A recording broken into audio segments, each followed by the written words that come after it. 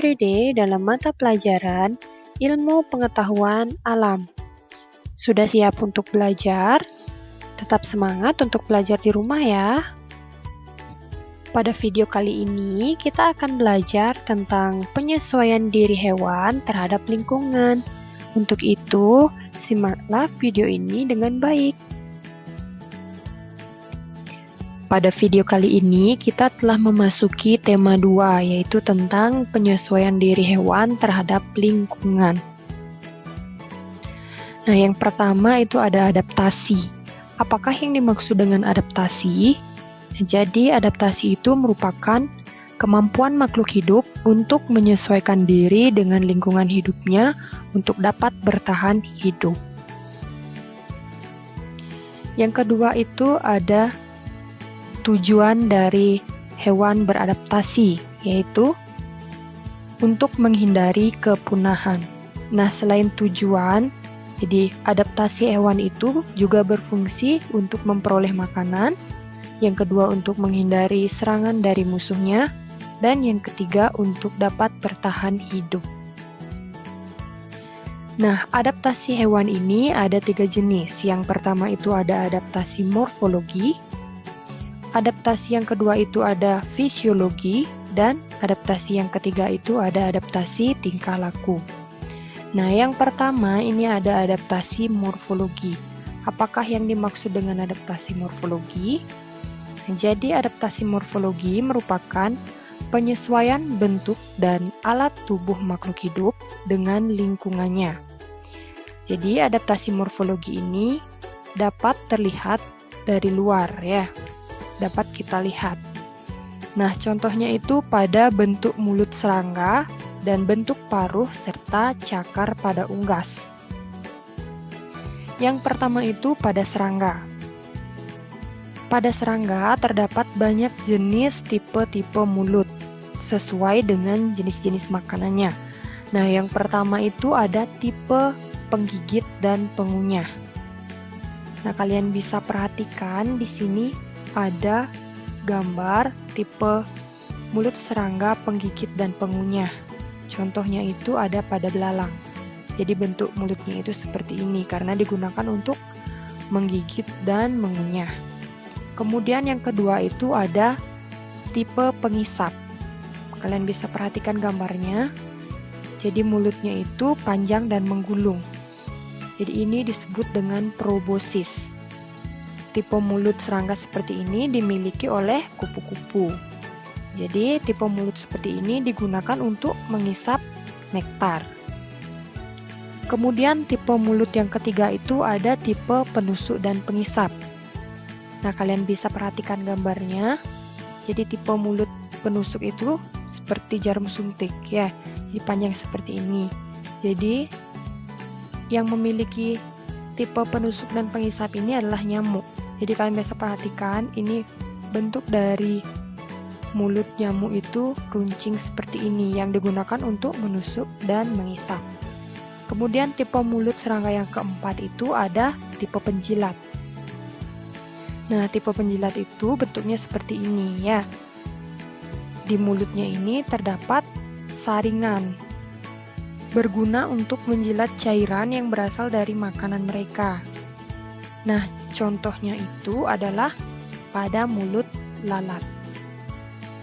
Nah, itulah tipe-tipe mulut pada serangga yang disesuaikan dengan jenis makanannya.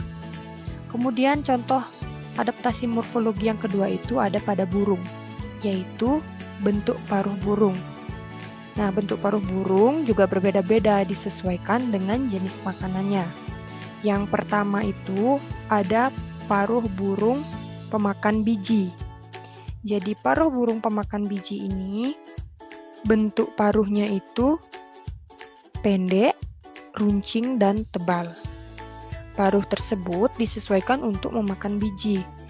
Contoh paruh burung seperti ini adalah pada burung pipit. Kemudian yang kedua itu ada paruh pemakan daging.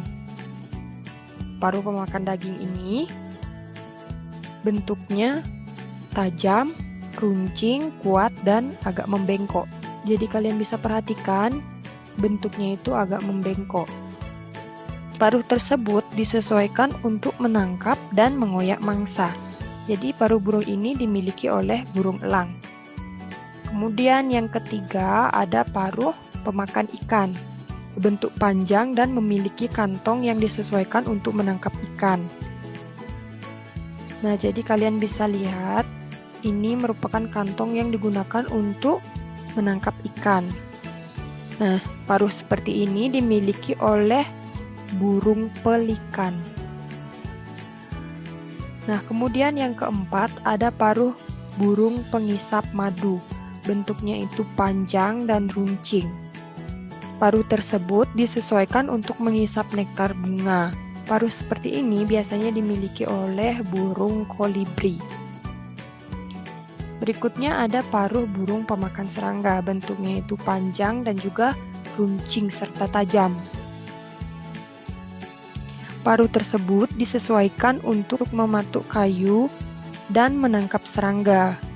Paruh seperti ini biasanya dimiliki oleh burung pelatuk.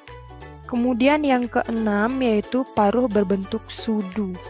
Ini maksud sudu itu adalah ini ya, paruhnya yang berbentuk seperti ini disebut dengan paruh berbentuk sudu. Paruh berbentuk sudu disesuaikan untuk menangkap cacing dari lumpur atau tempat berair. Nah, pada tepian paruh terdapat struktur seperti sisir untuk menyaring air. Paruh ini biasanya dimiliki oleh bebek. Berikutnya, kaki atau cakar burung. Yang pertama itu ada kaki pemanjat. Kaki pemanjat dengan 4 jari yaitu 2 di depan dan 2 di belakang. Kaki tersebut memudahkan burung memanjat dan mencari serangga di pohon. Nah, cakar seperti ini biasanya dimiliki oleh burung pelatuk. Yang kedua yaitu kaki petengger. Memiliki jari-jari yang panjang dan datar untuk memudahkan bertengger di dahan atau di ranting. Kaki seperti ini biasanya dimiliki oleh burung kakak tua. Nah, kemudian kaki atau cakar yang ketiga.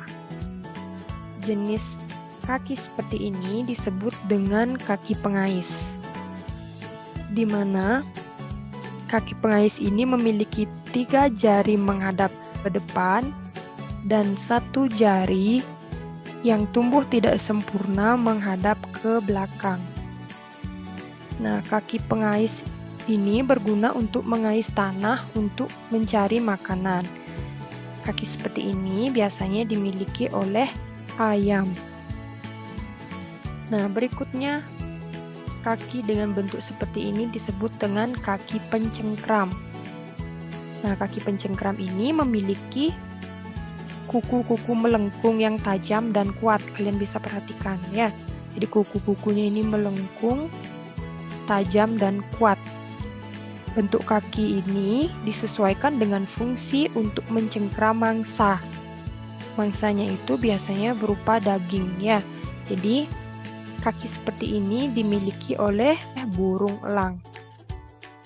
Dan yang terakhir, tipe kaki seperti ini disebut dengan kaki perenang, di mana kaki perenang ini memiliki selaput di antara jari-jari kakinya. Jadi ini merupakan selaput di antara jari-jari kakinya. Nah, bentuk kaki seperti ini berguna untuk berenang dan berjalan di daerah perairan atau berlumpur. Nah, biasanya bentuk kaki seperti ini dimiliki oleh bebek. Nah, itulah adaptasi morfologi hewan, artinya yang tampak dari luar ya. Nah, kemudian yang kedua itu ada adaptasi fisiologi. Adaptasi fisiologi merupakan penyesuaian fungsi fisiologi organ-organ atau alat tubuh makhluk hidup untuk bertahan hidup. Nah, jadi adaptasi ini tidak bisa kita lihat secara langsung oleh mata telanjang ya. Nah, contoh adaptasi fisiologi pada hewan itu ada pada unta, sapi, dan burung hantu. Yang pertama itu ada unta. Unta biasanya menyimpan cadangan air di kantung yang ada di dalam punuknya. Nah, yang dimaksud dengan punuk itu adalah yang ini ya. Nah, jadi punuk ini berguna untuk menyimpan lemak. Lemak itu merupakan cadangan makanan di dalam tubuh yang digunakan ketika tidak ada makanan di sekitarnya. Nah, maka dari itu, unta bisa tidak minum dan tidak makan dalam waktu yang lama karena sudah menyimpan cadangan makanan di dalam punuknya ini, ya. Di dalam punuknya ini sudah menyimpan cadangan makanan untuk bertahan hidup di tempat kering maupun gurun, karena kita tahu unta itu hidupnya di tempat yang kering. Kemudian contoh yang kedua itu ada sapi. Nah, sapi merupakan hewan mamalia yang bisa memamah biak, artinya memakan makanannya 2 kali karena sapi itu makanannya rumput. Kita tahu bahwa rumput itu mengandung banyak serat. Jadi yang di dalam saluran pencernaannya terdapat enzim selulase. Nah, enzim tersebut membantu pencernaan dari sapi, memakan rumput-rumputan yang tinggi akan serat, seperti itu. Kemudian contoh yang ketiga itu ada burung hantu. Burung hantu akan memiliki penglihatan yang tajam pada tengah malam hari, sehingga burung hantu memudahkannya untuk mencari makanan atau minuman pada malam hari. Jadi penglihatannya itu sangat tajam ya. Nah, seperti itulah contoh dari adaptasi fisiologi pada hewan. Nah, selanjutnya yang ketiga itu ada adaptasi tingkah laku. Apakah yang dimaksud dengan adaptasi tingkah laku? Jadi adaptasi tingkah laku merupakan penyesuaian tingkah laku makhluk hidup untuk bisa menyesuaikan diri dengan lingkungannya agar terhindar dari predator dan juga untuk mendapatkan makanan agar dapat bertahan hidup. Nah, contoh hewan yang beradaptasi tingkah laku yaitu bunglon, cicak, ikan batu, dan kelelawar. Nah, contoh yang pertama itu ada bunglon. Bunglon dapat mengubah warna kulit tubuhnya menyerupai lingkungan sekelilingnya sehingga sulit dikenali. Itulah cara bunglon untuk mengelabuhi musuhnya ataupun mencari mangsa. Nah, peristiwa bunglon dapat mengubah warna sesuai dengan tempat sekitarnya itu disebut dengan mimikri. Kemudian contoh yang kedua itu ada cicak. Adapun cara cicak untuk mengelabui musuhnya yaitu dengan cara memutuskan ekornya. Ketika keadaan cicak merasa tertekan, maka dia akan memutuskan ekornya untuk mengelabuhi musuhnya agar bisa terhindar ya. Ketika ekor cicak terlepas dari tubuhnya, maka predator akan mengira ini adalah tubuh dari si cicak karena ketika ekor ini terlepas, ekor ini masih dapat bergerak.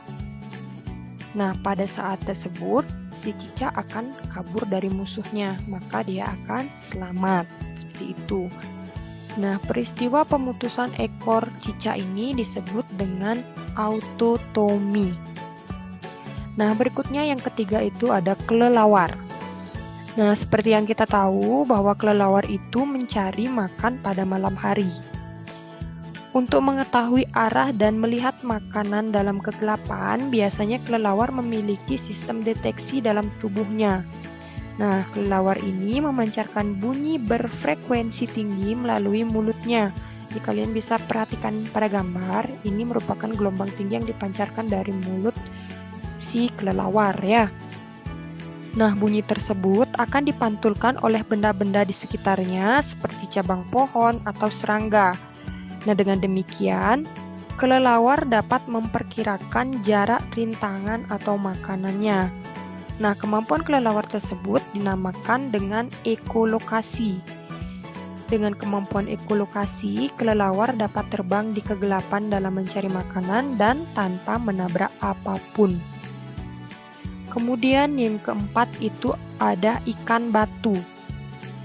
Ikan batu pandai menyamarkan dirinya menyerupai bebatuan karang. Jika secara tidak sengaja tersentuh, maka ikan batu ini akan kabur secepat mungkin.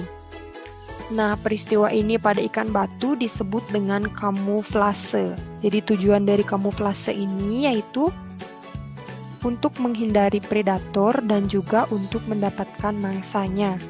Nah, itulah cara-cara hewan untuk beradaptasi